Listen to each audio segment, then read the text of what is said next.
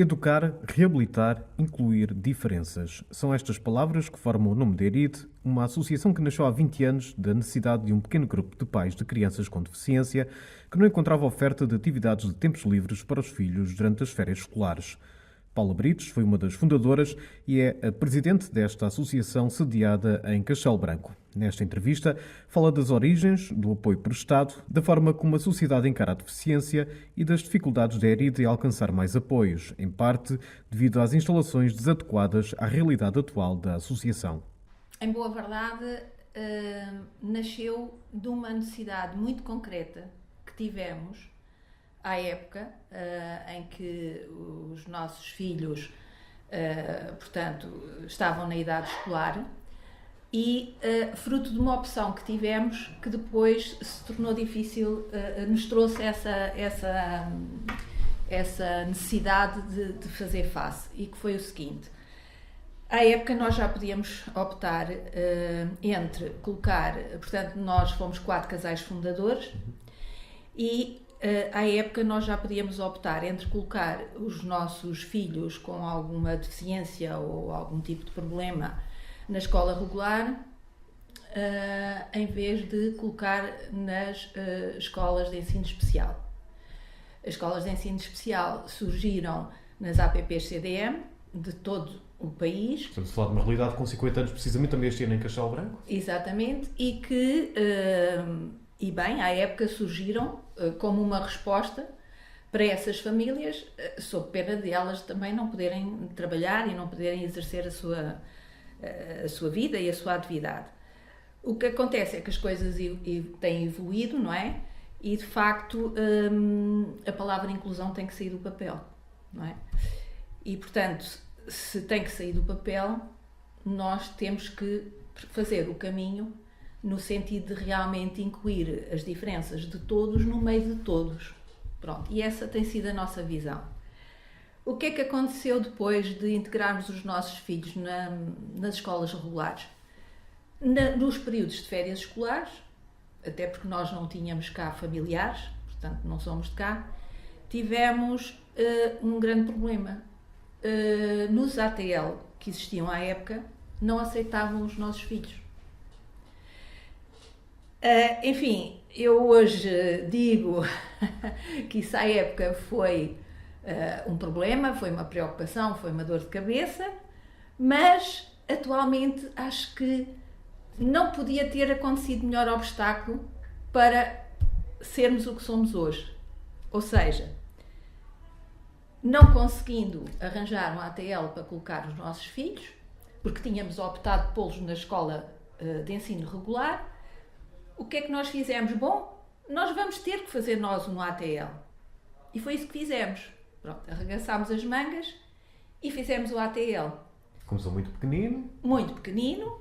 Evidentemente não fazia sentido fazer um ATL só para os nossos filhos e nós abrimos à comunidade. E foi a melhor coisa que podíamos ter feito.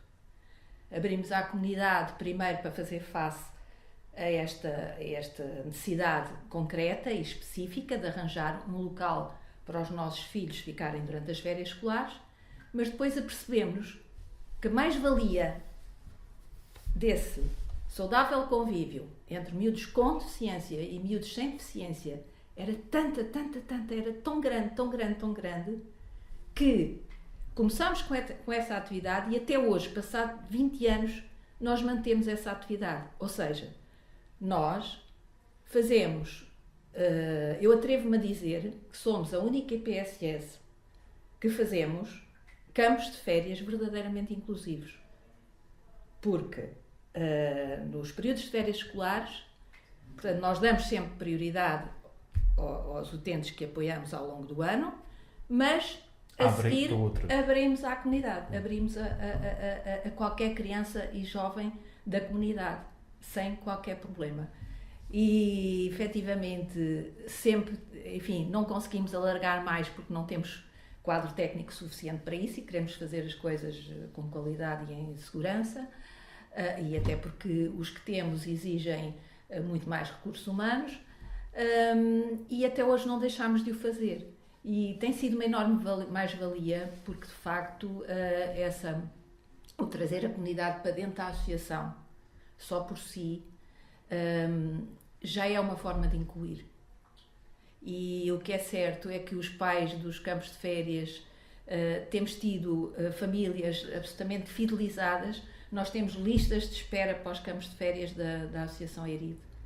E, infelizmente, não conseguimos dar resposta porque não temos recursos suficientes para isso. Quantas pessoas é que vocês têm a trabalhar com vocês assim em permanência? Sim, nós temos 4 técnicos e temos 2 auxiliares e depois recorremos ao longo do ano porque a própria IES, a própria Escola Superior de Educação, pede-nos para aceitarmos estagiários para fazer o seu estágio curricular de fim de curso.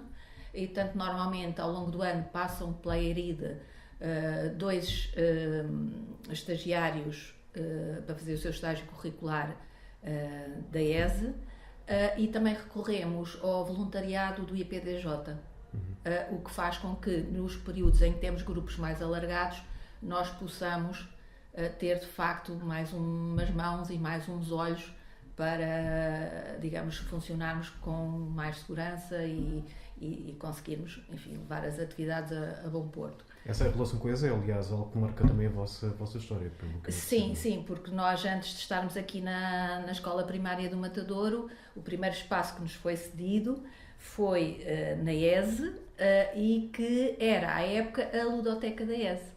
E que começou por seguir o estaleiro de obras de construção da ESE. Portanto,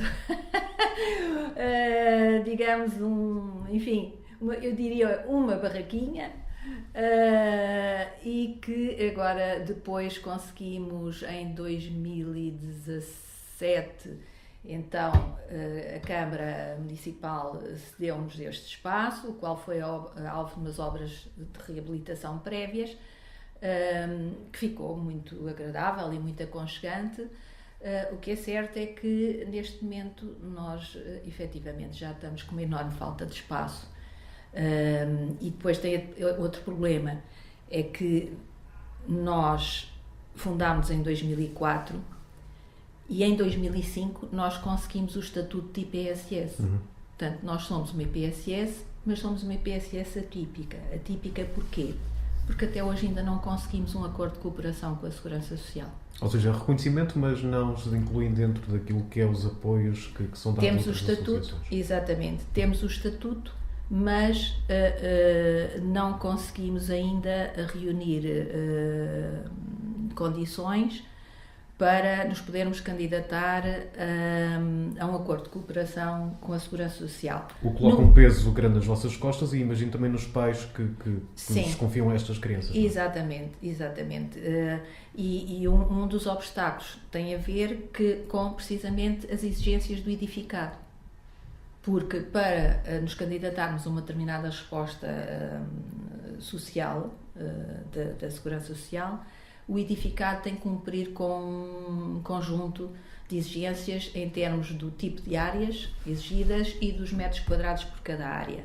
E, de facto, neste momento nós não conseguimos de maneira nenhuma dar resposta a essas exigências. Mas pronto, de qualquer das formas, temos centrado o nosso trabalho em dar as melhores respostas possíveis, caso a caso, a cada um dos utentes que recebemos. E a nossa resposta é muito flexível. Pois era isso que eu ia perguntar. Já vamos falar na questão das instalações, que enfim, que está também a causar o facto de não conseguirem avançar para outras coisas que eventualmente gostariam de fazer. Habitualmente, quando vamos falar de deficiência, quando ouvimos, por exemplo, nas escolas, há uma ideia que essa integração às vezes é um bocadinho feita e permite uma expressão a martelo. Ou seja, mesmo as próprias crianças são integradas nas turmas, mas que não há apoio específico para essas crianças. E estamos a falar muitas vezes de casos muito diferentes entre si, não é? Imagino que vocês mesmo aqui dentro tenham situações muito diferentes entre... Não há duas crianças iguais, não é? Sim. Pronto, nós aqui temos... Isso é uma complexidade também que vocês têm que resolver e têm que responder. Sim, pronto, e a nossa resposta é flexível precisamente a vários níveis.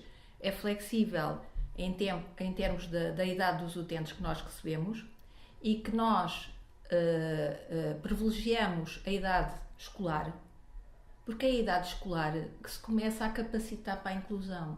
Não é depois de saírem da escola que se começa a capacitar para a inclusão. A capacitação para a inclusão tem que ser feita desde o mais cedo possível, tal como cada um de nós.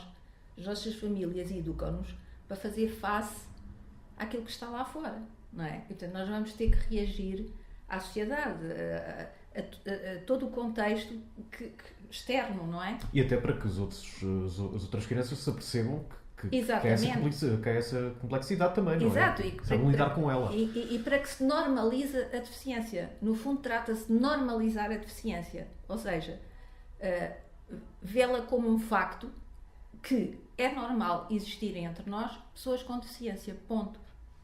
Portanto, a palavra deficiência a mim não me choca nada.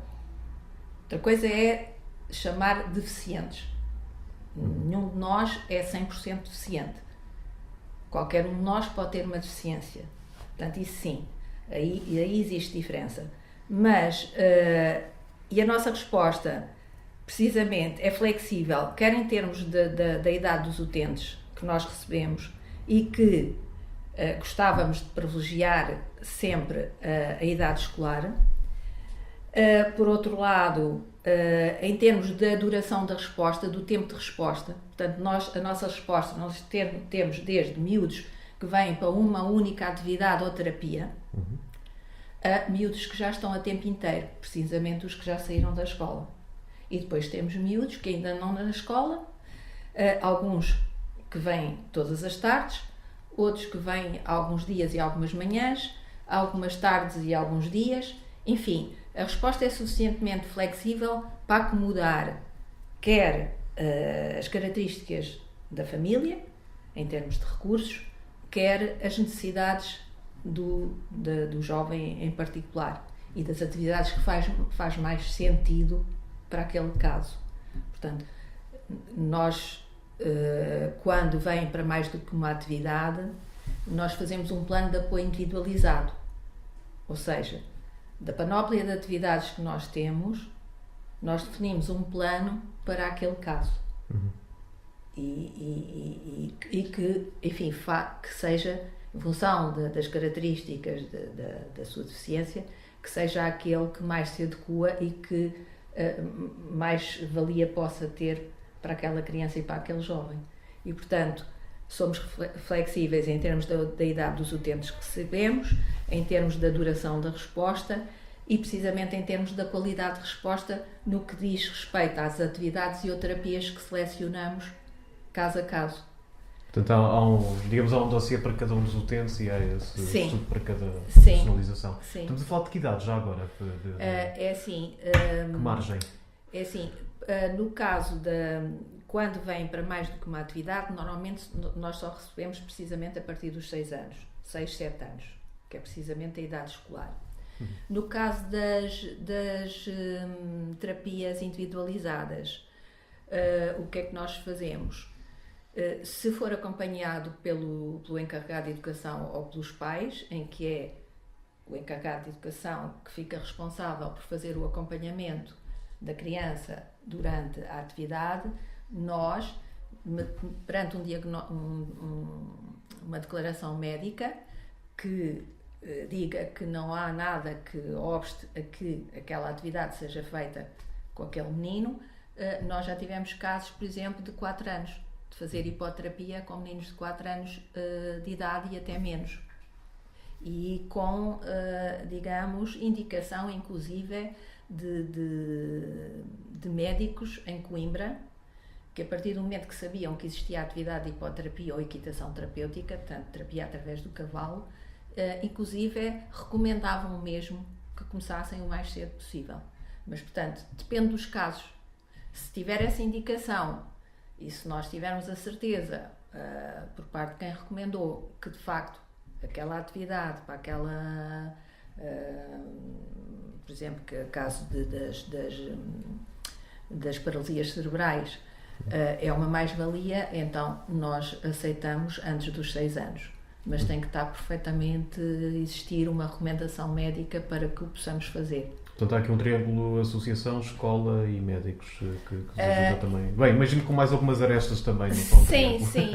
Em termos de escola, pronto, nós, enfim, gostávamos que essa articulação fosse maior, mas de qualquer das formas, eu penso que estamos a dar alguns passos atrás em termos daquilo que chamam agora a educação inclusiva. Passos atrás neste sentido.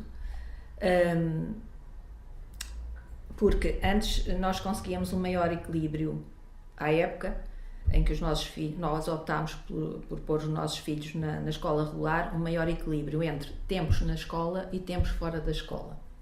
E o que me parece que está a acontecer agora, enfim, sob o chavão de que temos uma escola mais inclusiva, os meninos têm que passar mais tempos dentro da escola.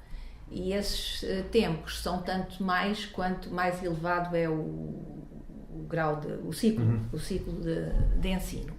O que acontece é que me parece que, em termos de professores de educação especial, não parece que eles tenham aumentado. Portanto, há carência, exato, há um déficit de professores de educação inclusiva, é como se chama agora, e o número de casos tem aumentado exponencialmente, sobretudo o número de casos com autismo. E isso penso que é um problema para a escola, porque muitas vezes o mais tempo que estão na escola não é uma mais-valia, não corresponde a uma efetiva inclusão. Ou seja, é necessário criar uma certa rotina também para esses... Sim, mas para que isso fosse possível, para que nós pudéssemos ter, por exemplo, mais meninos das escolas, era necessário que a legislação o permitisse. Ou seja, que permitisse fazer o equilíbrio individualizado em função dos casos entre os tempos que faz sentido estar na escola e os tempos que deveria estar fora da escola, com outro tipo de atividades, com outro tipo de terapias, não é? Caso a caso. Se a legislação não permite fazer esse equilíbrio caso a caso, porque uma escola mais inclusiva é uma escola onde os jovens e as crianças e os jovens com estas características têm que estar mais tempo por decreto, isso não vai ser possível. Portanto, eu estou-lhe a dizer isto porquê? Porque nós temos uma mãe aqui que a filha, portanto, passa a manhã na escola e vem todas as tardes para a Eride porque ela decidiu assumir a responsabilidade. Essa responsabilidade. E disse, não, eu assumo a responsabilidade. Eu acho que é contraproducente a minha filha estar mais tempo na escola do que o período da manhã, eu assumo essa responsabilidade. E, portanto, temos essa menina todas as tardes na associação porque a mãe decidiu assumir essa responsabilidade porque acha, e nós também achamos, que neste caso em concreto, isso é melhor para ela. Ou seja, seria resolvido dando mais autonomia às escolas também para... Imagino. Sim, eu penso que haveria... Depende sempre também das pessoas que decidem, Exato, que devia haver uma flexibilização e...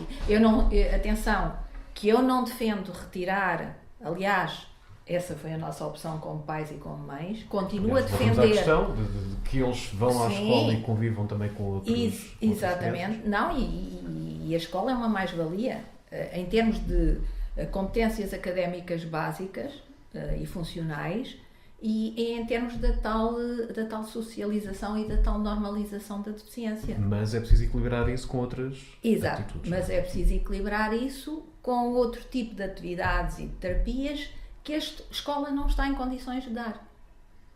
Essa é a nossa visão. Porque eu ainda hoje continuo a defender que os meninos devem ser integrados na escola regular. Mas, tal como defendem um ensino personalizado para todos os outros, para estes... Ainda mais faz sentido defender essa mesma questão, não é? Exato. Ainda mais sentido faz defender essa questão. Porque, de facto, não há duas trissemias iguais, não há dois autistas iguais, não há duas paralisias cerebrais ou doenças neurológicas iguais. E, de facto, há que flexibilizar e há que tentar perceber o que é uma mais-valia para esses casos e conseguir esse equilíbrio entre os tempos na escola, na turma e fora da turma, e depois outras respostas que existam fora da escola e que realmente acrescentem qualidade de vida a essas crianças e a esses jovens. E é isso que nós tentamos fazer. De facto, pronto, não temos mais meninos em idade escolar ou mais tempo por causa deste agora quadro legislativo que visiona, que digamos, passámos de um extremo, passámos de uma situação em que os meninos com deficiência tinham que estar todos à parte numa escola, para uma situação em que eles têm que estar todos precisamente para uma integrados. situação em que, enfim, para o que der e vier, para o mal e para o bem, têm que estar mais tempo todos juntos na escola, mesmo que esse tempo não seja um tempo de qualidade. Portanto, deveria haver um bocadinho mais de atenção a esse mais tempo na escola. Esse mais tempo na escola, desde que seja uma mais-valia para aquela situação, para aquela deficiência, para aquele caso em concreto.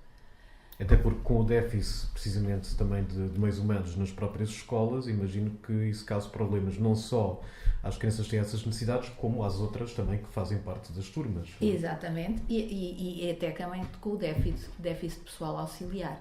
Portanto, eu assisti muitas vezes, por exemplo, crianças com autismo, literalmente a deambular nos recreios da escola, aflitos, desorientados, com o barulho, porque em alguns casos o ruído é algo que os agride bastante, que lhes causa um desconforto muito grande, sem qualquer supervisão, sem qualquer proteção. E, portanto...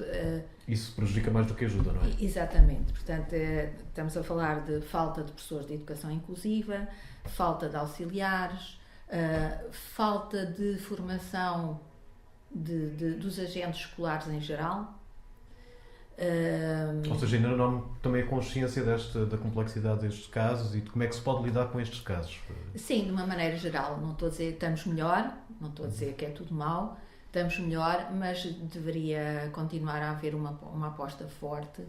Eu não estou a falar em formações, enfim, de grau superior, mas formações básicas que dessem conhecimento aos agentes da escola das características básicas e transversais de cada deficiência, de cada caso que vão receber. Nem que seja, como já disse, que um aluno com autismo tem precisamente maiores problemas, por exemplo, com o barulho, que é algo que é comum numa sala de aula numa escola, não é?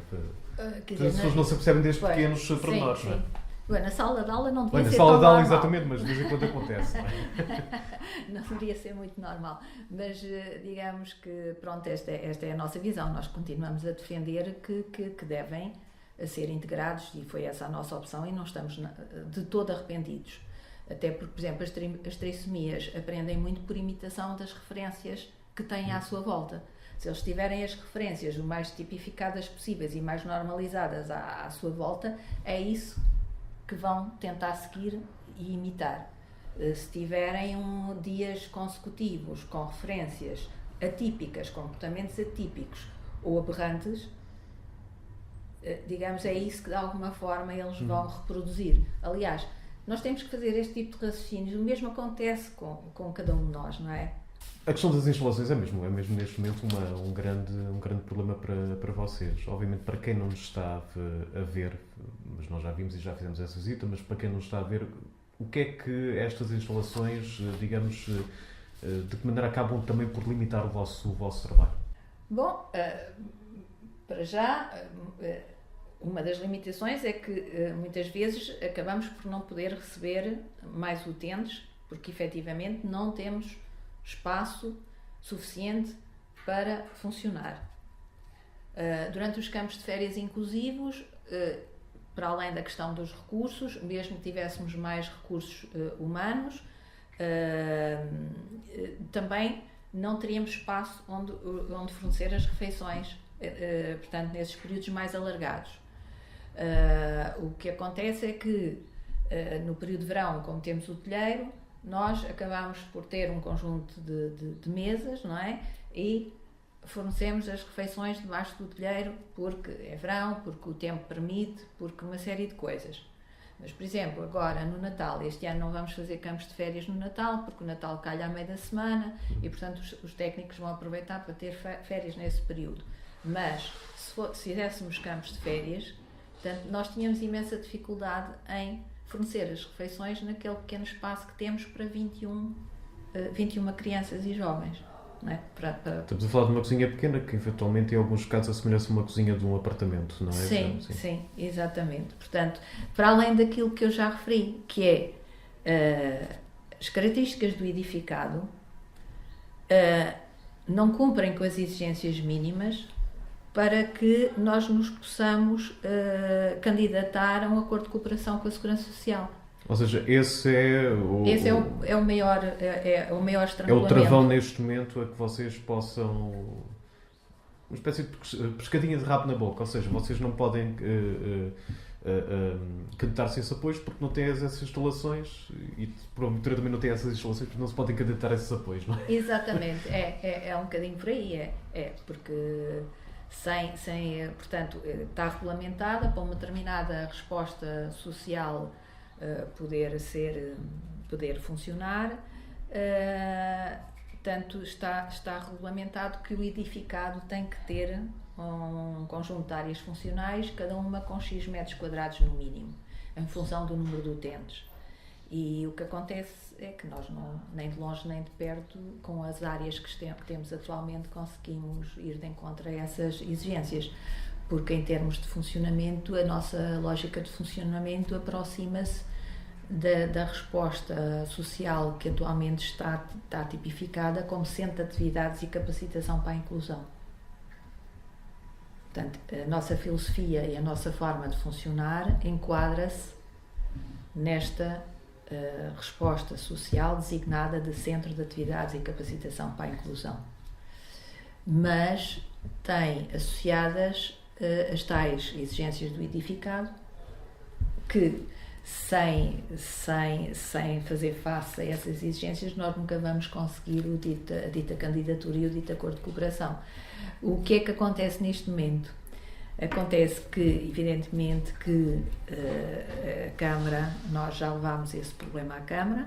Portanto, é do conhecimento das autoridades esse vosso problema e essa necessidade? Sim. E neste momento, nós temos a promessa por parte da Câmara Municipal, dado que chegou a pôr-se a hipótese de uma ampliação neste espaço, mas essa ampliação seria também muito complicada, portanto, estar a fazer acrescentos, a unir edificados que estão separados, seria tão mais complexo do que construir um edifício de raiz. E, portanto, neste momento temos uma promessa recente, muito recente, por parte da Câmara Municipal, no sentido de ser construído um edifício de raiz que dê resposta precisamente às exigências do edificado para, enfim, potenciar e viabilizar uma candidatura à Segurança Social. E a minha expectativa é que isso se venha a concretizar e também que haja uma articulação de esforços muito estreita para que todo o processo formal a desenvolver se venha a desenvolver de forma adequada e bem-sucedida. Isso implica que haja uma articulação de esforços em simultâneo por parte da Câmara Municipal, por parte do Centro Distrital da Segurança Social e pela nossa parte, a Associação ERID. Nós estamos disponíveis para tal. Nós estamos disponíveis para contribuir para a solução. E quero acreditar que, enfim, que é desta, passados 20 anos, que vamos dar esse salto qualitativo e que finalmente vão alavancar a sustentabilidade desta associação, que do meu ponto de vista complementa as outras IPSS que já existem na cidade e que eu considero que todos somos poucos para apoiar esta população. Todos somos poucos para apoiar esta população e de facto, como funcionamos, temos atividades distintas, portanto não há aqui qualquer tipo de competição. há aqui sim uma complementação e uma mais-valia e um acrescentar valor no sentido da qualidade de vida a estas pessoas e começar a capacitá-las para a inclusão o mais cedo possível. Lá está, ainda bem que falou na questão também das outras associações. Lá está, a questão já tínhamos falado. A pessoa com deficiência, isto não é uma amálgama, portanto, dentro dos casos há muitos casos complexos e daí o facto de, precisamente, mesmo existindo essas instituições na cidade que já estão, são até mais antigas e estão mais consolidadas, continua a ser necessário ter esta oferta mais diversificada para responder a esses casos, que eles próprios são bastante complexos, não é? Sim, não existe atropelo. Até porque esta resposta que eu referi há pouco, o Centro de Atividades e Capacitação para a Inclusão, é a resposta que foi recentemente regulamentada em 2021 e que sucede à resposta de CAU, Centro de Atividades Ocupacionais, que existe portanto, a nível da Associação de Apoio à Criança e a nível da APPCDM. E, precisamente, o que está previsto é que esses CAUs se adaptem à filosofia de funcionamento como CASI. Ou seja, o CASI é a resposta que sucede aos atuais CAUs. Claro que nós temos que perceber que a população-alvo que cada um apoia, o grosso, cada um apoia, de facto, por exemplo, na Associação de Apoio à Criança acaba por haver também mais a doença mental, que não é exatamente o mesmo que deficiência. E a própria faixa etária também é diferente. Embora também já estejam... Apesar do nome da associação. Exato, apesar do nome da associação, embora neste momento também já estejam a receber, portanto, casos com deficiência, no sentido estrito do termo. O que acontece é que, por exemplo, nós temos a atividade da hipoterapia, não é? Fundámos imediatamente a seguir a nos termos fundado como ATL, nós organizámos e implementámos a atividade da hipoterapia no picadeiro da Escola Superior Agrária. Portanto, temos um protocolo com o IPCB para a utilização dos animais e dos espaços, e essa é uma atividade de excelência para alguns casos.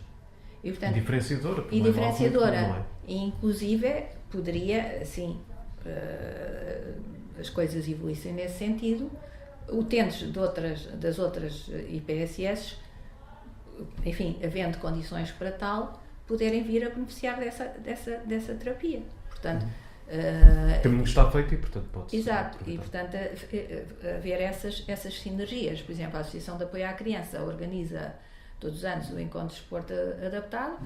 Na medida das nossas possibilidades, nós costumamos inscrever alguns dos nossos utentes.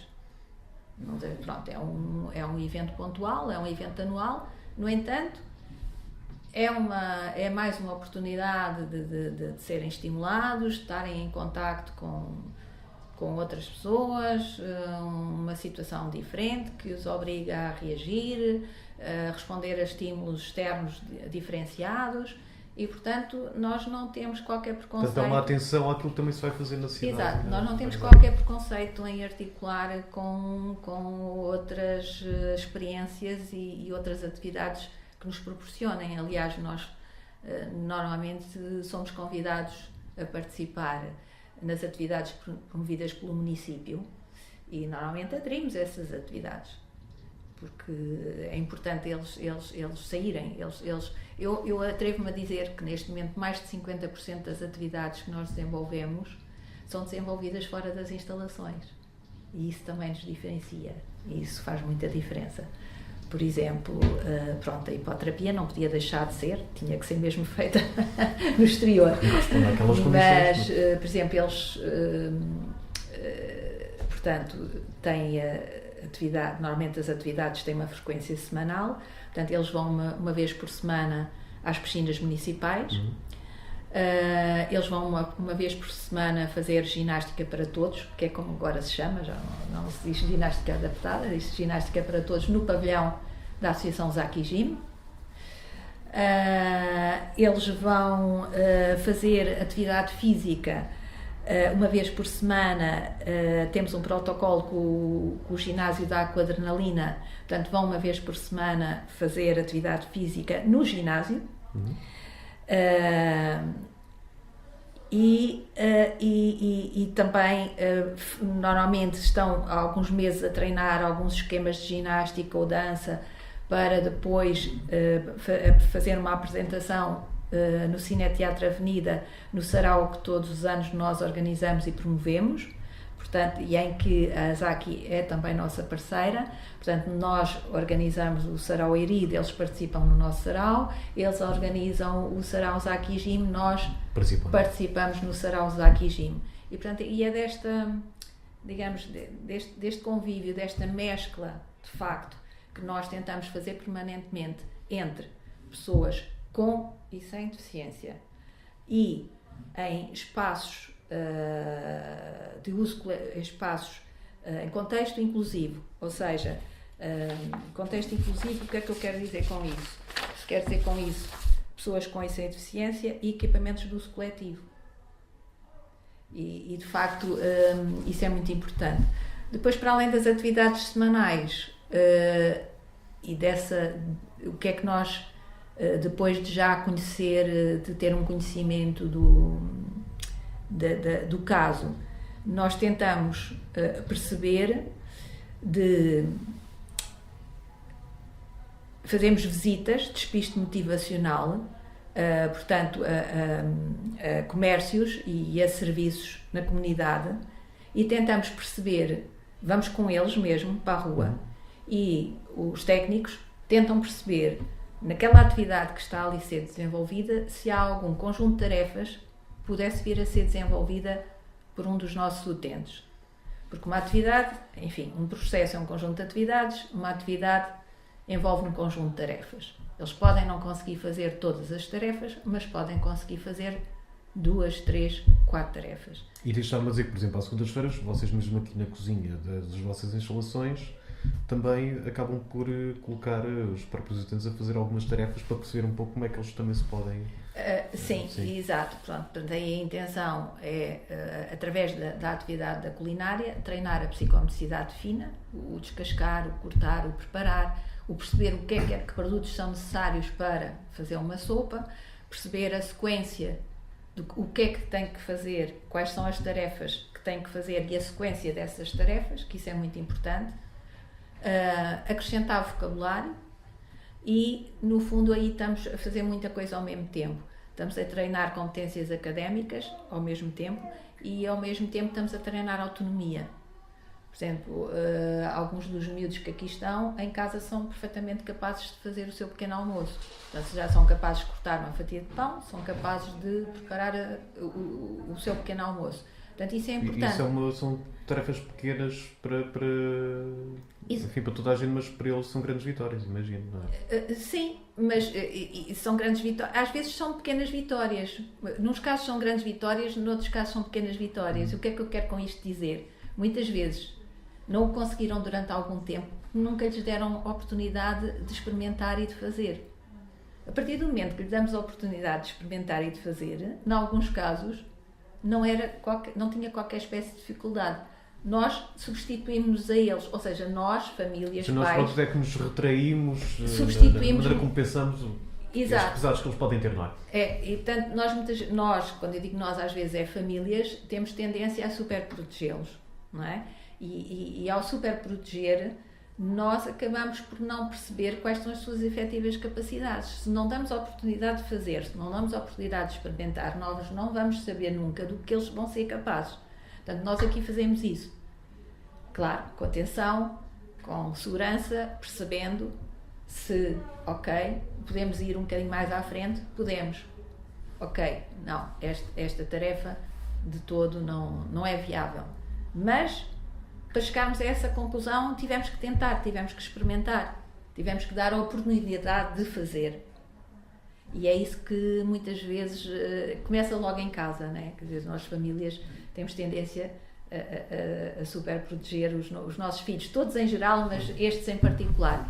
E é isso que nós aqui tentamos desmistificar. Ou seja, acabam também um pouco por educar os pais, é isso?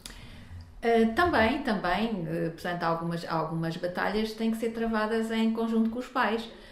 Por exemplo, nós recebemos aqui um utente que vinha viciado em tecnologias, tal como os outros. Que eu estava a contar, sim. Tal como os outros, e tivemos que chamar os pais e gradualmente, digamos, porque ele chegava aqui com toda a tecnologia atrás dele, tablet, telemóvel e mais outra coisa, um outro jogo qualquer eletrónico que eu já nem me recordo, e tivemos que chegar a acordo com o pai e com os pais e dizer, vamos tentar gradualmente, não vamos tirar os três equipamentos eletrónicos ao mesmo tempo, mas ir desligando, não é? Mas vamos tentando ir desligar, e neste momento já conseguimos. E portanto essa foi muitas dessas batalhas têm que ser conseguidas em colaboração com os pais. Isso sim, isso é verdade. Portanto, há bocadinho depois perdi-me. Essas visitas tentam avaliar se de facto na comunidade quais os locais, os sítios, os serviços, instituições onde eventualmente poderíamos pôr algum dos nossos utentes a treinar tarefas. Portanto, já a pensar depois na questão das... Sim, a treinar tarefas de forma voluntária. Para isso é preciso ir aos locais, é preciso ir com eles, é preciso observar o que se lá faz, é preciso perceber que atividade ali se faz e que conjunto de tarefas é que implica.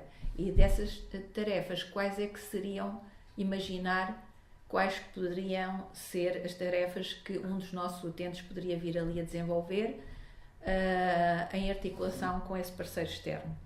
E como é que tem sido essa resposta também dos parceiros externos? Nós já tivemos 2 utentes durante cerca de 2 anos antes da pandemia em 2 cafés diferentes, cafés pastelaria, que foi de facto espetacular. O projeto acabou por terminar porque entretanto veio a pandemia e houve um encerramento dos estabelecimentos comerciais. Exato, houve um fechamento de tudo, não é? De nós próprios, dos estabelecimentos, enfim, e um receio generalizado de, enfim, medos absolutamente justificáveis, não é? Mas foi na época. Até por questões de saúde.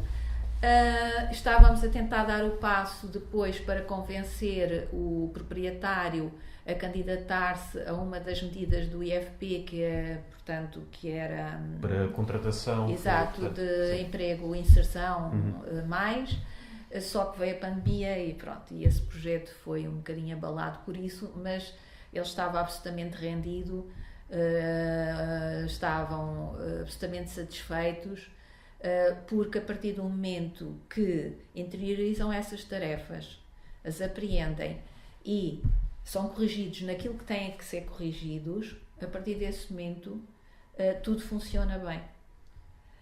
Portanto, não há que, quando estamos na fase de adaptação, na fase de treino, se fez ali alguma coisa incorretamente, há que corrigir imediatamente.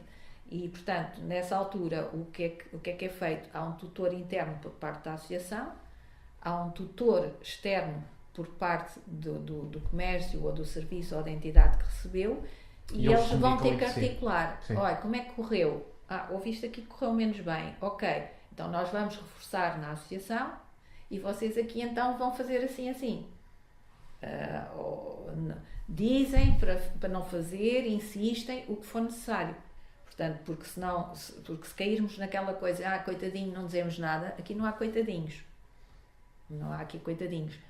Há pessoas efetivamente com deficiência, mas para além da deficiência, têm capacidades para fazer outras coisas, para fazer algumas tarefas.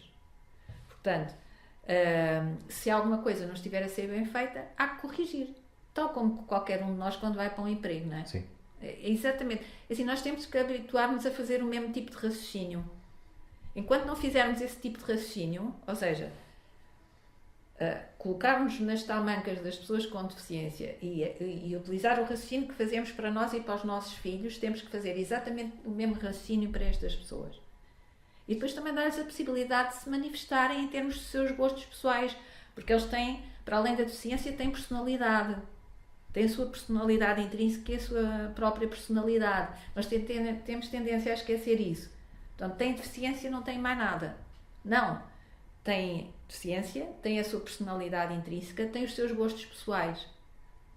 E, por exemplo, pode haver um miúdo que gostava muito de ir para um ginásio e estar a ajudar dentro de um ginásio, e pode haver outro que detesta exercício físico e nem quer ouvir falar de ginástica nem de exercício físico. Portanto, seria muito mau ir arranjar um conjunto de tarefas num ginásio quando a gente percebe que aquele miúdo não gosta de todo da atividade física, nem por melhor que seja, para a saúde e para tudo mais, mas de todo não é essa a sua apetência, não é? E, portanto, habituar-nos a fazer este tipo de raciocínio daquilo que tentamos fazer com os nossos filhos que não têm deficiência e tentar fazê-lo com os nossos filhos com deficiência, eu acho que ajudava muito.